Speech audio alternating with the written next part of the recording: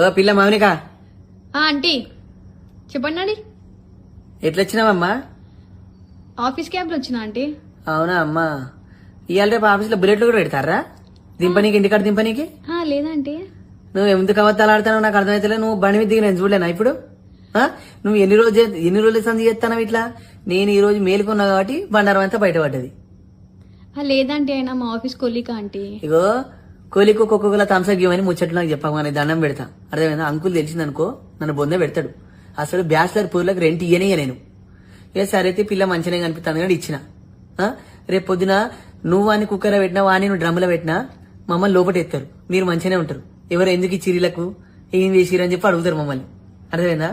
ఇట్లా చేయక అమ్మా. అట్లా కాదా ఆంటీ? ఇగో గిట్లా కాదు గట్లా కాదు అద్దమ్మా, దండం పెడతా నీకు.